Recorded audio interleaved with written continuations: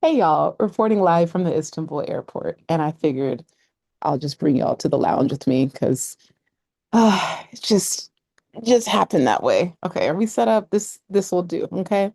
Today we're going to talk about 10 things that I learned from posting every day of August on YouTube. And as many of you are tuning in, hopefully daily, you're seeing how I'm actually working this process, how I'm improving, kind of like my speech and just the ways what I'm learning about myself and the ways that I'm perfecting my delivery. None of this is perfect, so it's weird to say to use the word perfecting because I never want the delivery to come across as perfect. It feels like a human conversation that you can listen to in the background just to get you pumped up or started for the day or during a workout. That's the goal at least. It's just I'm like the little cheerleading voice in your ear reminding you that you're capable of more than you think. Okay, so let's hop right into it. What did I learn from posting every day of August?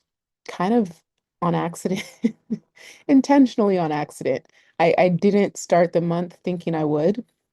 I was talking to a friend, Danny, and we were having like a mastermind power hour session and just like really chatting through different marketing strategies, what's working, what's changing in the industry.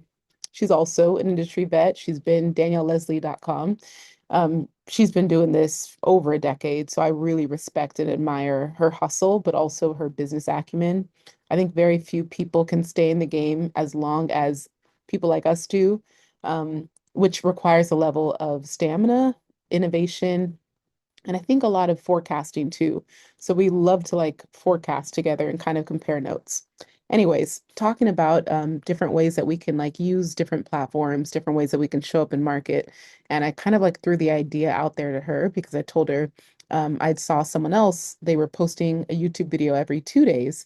And the Aries in me was like, well, why don't I do every day? There's something really igniting about a challenge. I don't know when's the last time you pushed yourself to do something that required effort, but you come alive. It is so fun. It's like not a surprise that I was a double collegiate athlete. I love competition. Wasn't always didn't always have a great attitude, like in middle school. Whew. High school basketball was it was rough. I often, anytime I talk to my high school basketball coach, Coach Guinea, the first thing out of my mouth is an apology. I'm like, how did you keep your job? Like I would have quit on me so many times. Okay, this has nothing to do with the video. Let's get into it. The first thing I realized, first thing I learned is that it got to a point where it stopped feeling like work. And I think that's a lesson for you if you're in this 30-day content sprint in September with me. Um, you have to get to a point where you either gamify the process or you start to enjoy it to a point where it's not like this thing that you have to do.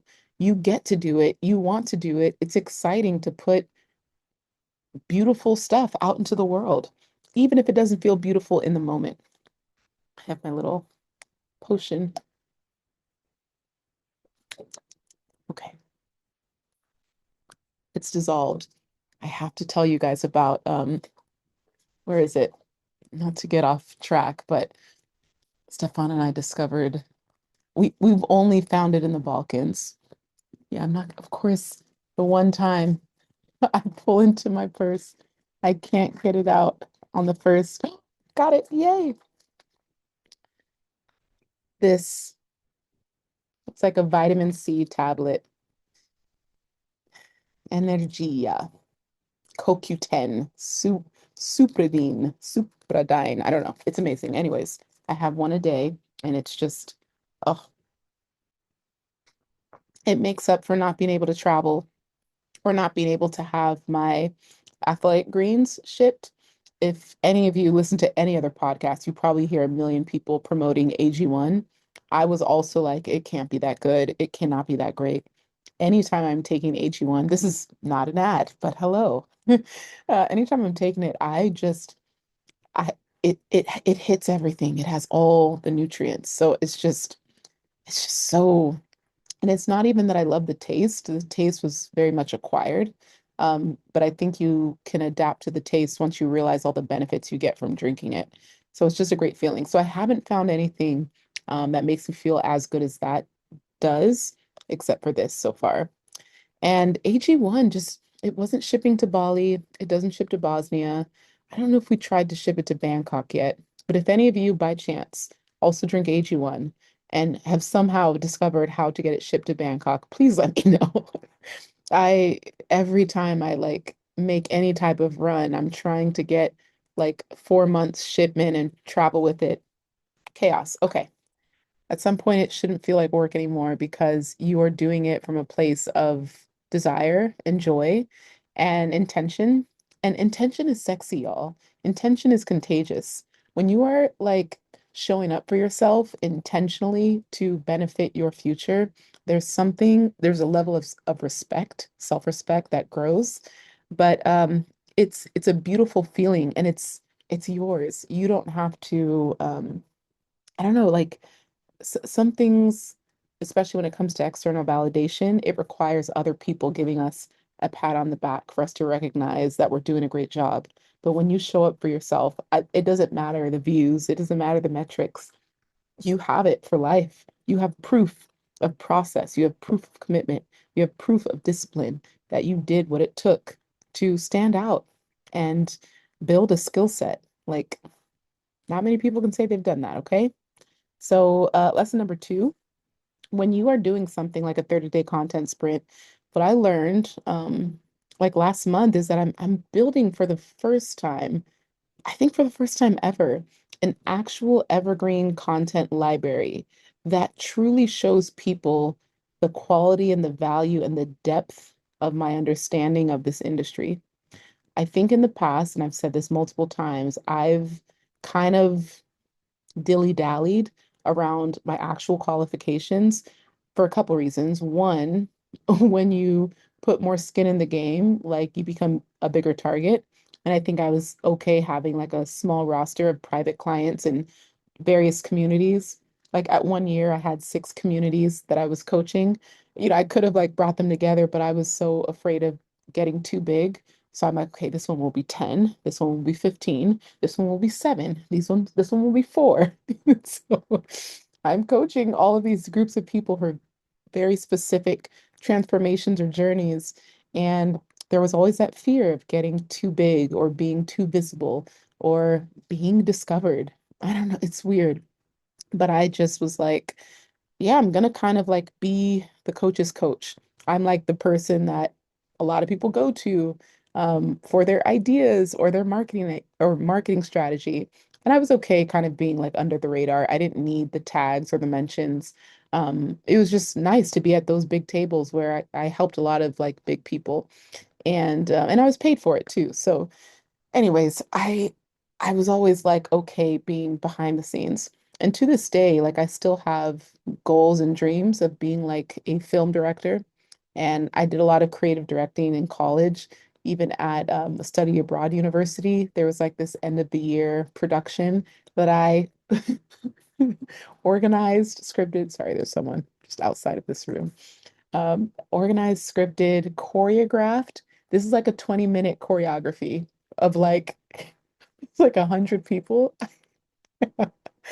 I wish I could find it. If anyone is from Harlexton, is it on YouTube? I don't know.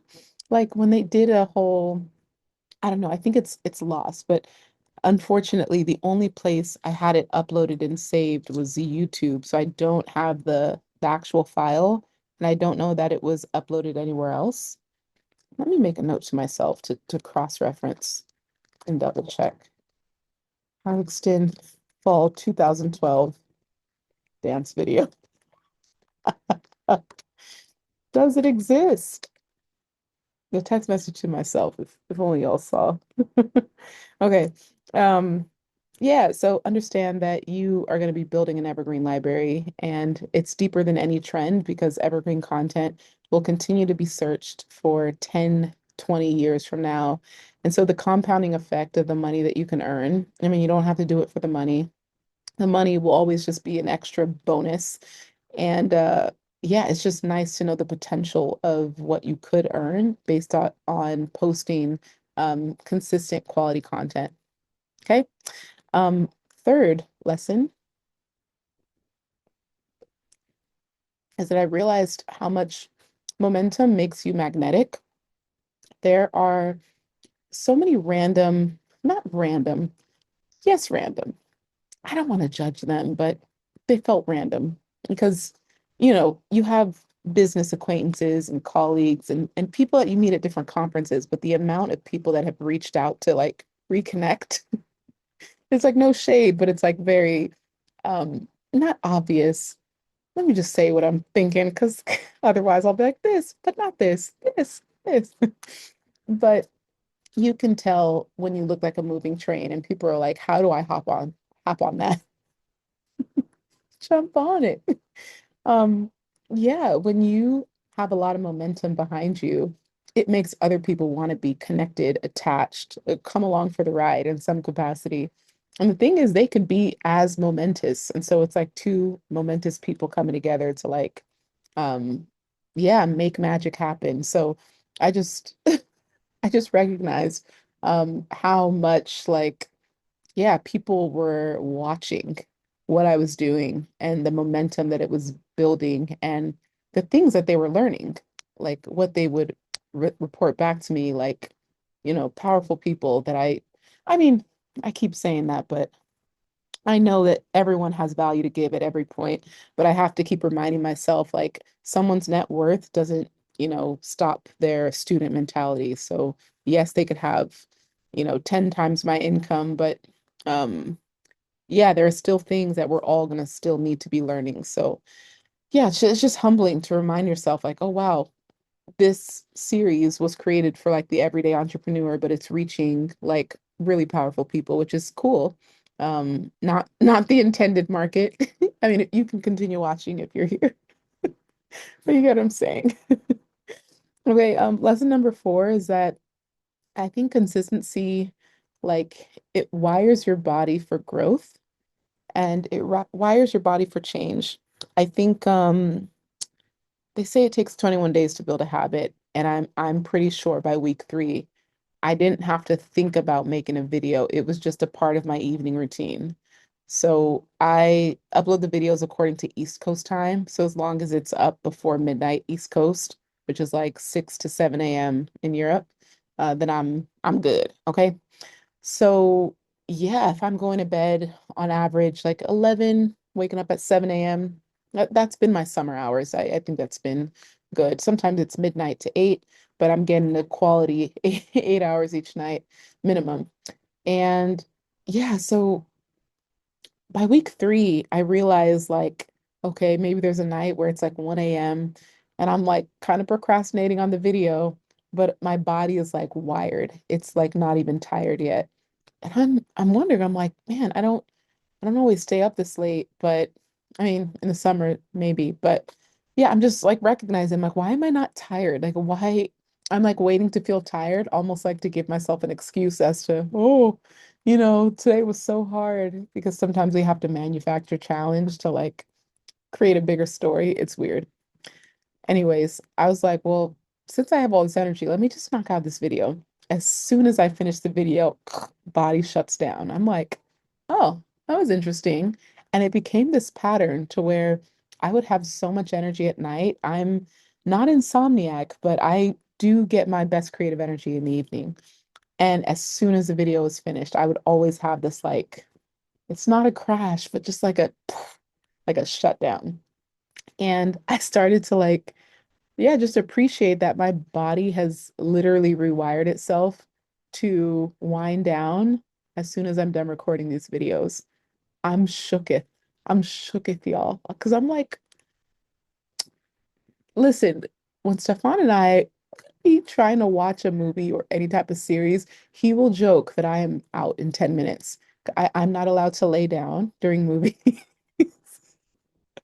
according to him, because I am out before any type of plot can even begin. Like, there's not even one character introduced before I'm out. The setting has been set, the scene has been set, no characters introduced, and I'm so yeah, it's funny that I'm like now. wired, um, rewired to like create like this. Okay. Another thing I learned is that consistency, lesson number 5, consistency is it's a muscle most people can't flex. So by nature, it almost puts you at the top just as a default. Like if you could take, I don't know, if you take 1,000 creators, maybe five would agree or say yes to a daily posting journey for a year. And I know we're starting with 30 days. My goal is that, my hope is that you actually realize after 30 days that you want to continue and then you go for 100 days. There's no pressure, but it's like, why not? And if you have the capacity, you have the energy, and you have the goal to just improve as a creator, excuse me, I see it as the greatest leverage and greatest way forward. So, being this consistent will put you in a lane and a league of your own. Okay, and lesson number 6, as I like try to answer people's questions and just even brainstorm different topics through with ChatGPT, I realized that titles mattered more than topics. So the topic could be something that I'm like, oh, this, if people watch this video, which you'll have to excuse my, I'm not a clickbaity person, but as soon as I realized I was doing this daily YouTube journey, and I also had to take a step back because I always judge YouTube as a place of clickbaiters.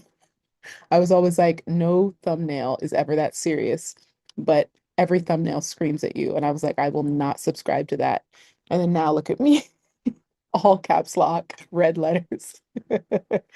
Once I realized it's what it takes to get people to watch a video and like change their life, I was like, whatever, I'll do it.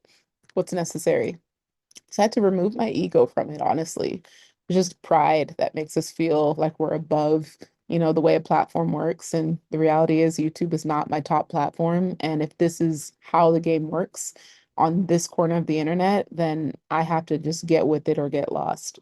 So, yeah, the topics, sometimes I'm like, okay, this topic for someone struggling with this specific thing, if they just sit through this 20-minute video, they'll be unlocked.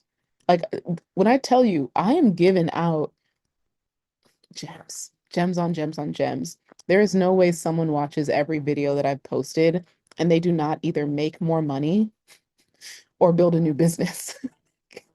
There's like, I'm giving you guys everything, honestly. And if you want even more, you could check out mycreativereset.com. It is in the product description. Product description. I keep saying that. The the description box below. There we go. But it's only 50 cents a day, and you get me for 90 days, just daily structure to build out that thing that could help you live a cool life. Okay, so yeah, I really feel like it's such an interesting thing to recognize how much the title has to be so optimized to a degree of like there is no there's no room for doubt that this video is going to reach the people it needs to reach. And I'm giving myself like a 100 to 100 day to 1 year runway for videos to fully appreciate because each day that I post, each day that I share, like someone new is discovering, wait, Glow's doing what on YouTube? And so as it becomes like more known that I'm doing this thing, um, I know that there are going to be some videos that will just take off and others that will be in the background. And that is totally okay. I don't need every video to be like a banger or a hit. But I think, yeah, it's cool to see which ones kind of spike over the others to get some more data and intel. Lesson number 7 is that your energy compounds faster than the views. So, video to video, my insight and direction and clarity for a certain topic will be like, oh, this is how I'm going to talk about it next time. But the views might be 100 per night. Like, I think the first week they were pretty steady. It was like, actually, maybe like 20 views overnight. Or by the time I would wake up, it's about 20 views, and then it climbs up to 50 views. and 100 views. Now we're getting almost to the 200 views in about 10 hours. So it's really cool to just even like, I don't know, see it slowly climb. Again, there is no goal with it. I just know that it's going to do what it's going to do because that's how the internet works. And I've been on it long enough to trust the process. So seeing someone like me who is having views that would be considered low anywhere else, I hope it's reminding you that we all start from zero, no matter where it is that we're trying to grow. And if you're new here, be sure to like and subscribe, and feel free to drop a comment with a question. But you'll come to see that a lot of entrepreneurship is just this ongoing sport of experimentation, this desire to constantly learn and to see what works in each year, each industry, every platform. Like you cannot ever be so committed to one way of existing that you become obsolete and irrelevant and your business shuts down, you know? It's a very real um, possibility. And I think what keeps me competitive in the game is that I'm always on the hunt to learn and try new things. Okay, and lesson number 8 is that messy is actually magnetic. And I think messy can be, having the zoom in and out on one of the top performing videos and not knowing how to turn it off. Messy can be, yeah, feeling like the video quality isn't that great. I'm now I'm recording this from my iPhone 11. This is my old iPhone. It's just on a phone tripod, and that's it. And I'm connecting it to Zoom. So I'm recording it on Zoom, and the camera is on an iPhone, and then I upload it directly to YouTube. But there is no file transfer, which I love most. In the past, I have always done an SD card file transfer for my podcast videos, which is extra crisp. For the Glow Show, those are file transfers with SD cards, and I would say it slows down the process, maybe. Yeah, it's just, I mean, it's a different level of production. Those ones are actually edited. There's a color grade, a LUT on all of those episodes. Minimal editing still, but still editing, quality, sound correction, all that kind of stuff, sound syncing. Yeah, so a little bit of audio engineering, but yeah, it's a process. So if I tried to bring that quality into this daily upload format, I'd be out by day 2. So figure out what messy but enough looks like for you and go with that.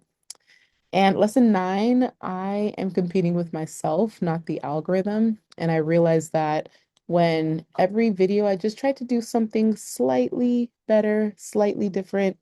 I'm not hard on myself when I forget to say something or I ramble too much. And you're seeing me in full ADHD, unmedicated mode. So yeah, I think I've allowed myself, I think more videos have been unmedicated than medicated, if that helps to know. Um, I would say out of the 31 videos in August, I would say 5, I took my ADHD medication, and the rest, I let my freak flag fly. Um, and I always say ADHD is more of a blessing than a curse. It's a blessing once you grieve the curse, but I recognize that a lot of my creativity does come from ADHD. And even though it forces, causes me to ramble and go on tangents and lose track of my thought and misquote things, I still feel like the gist of the message comes out better when I'm unmedicated. Okay, and last lesson is that I feel like I'm doing something that I can truly call my own. This is like, this is not contingent on, if the weather is good, if, I don't know, like all these external factors that play a part in sometimes a lot of the things that we try to build, it becomes our biggest excuse as to why we can no longer do it. So I love how I'm just allowing myself to, sorry, I just realized this whole video I've been leaning on this. Um, I love how I just allowed myself to, um, yeah, just go for it. I didn't ask anyone's permission. I teased it like when I realized I was going to do it for a year. I was curious to see what people thought. And I think the majority said 100 days. Second answer was end of the year. Third answer was for a full year. And last answer was just for the month. So clearly everyone was like, no, please, more than a month, but not more than a year.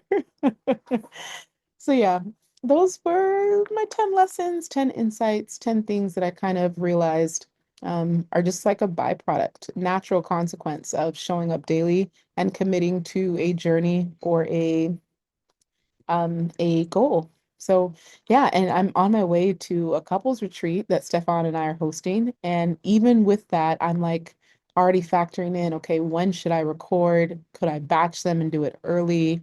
Should they like, it's still cool to think about how I'm gonna be creative in recording the next day's videos.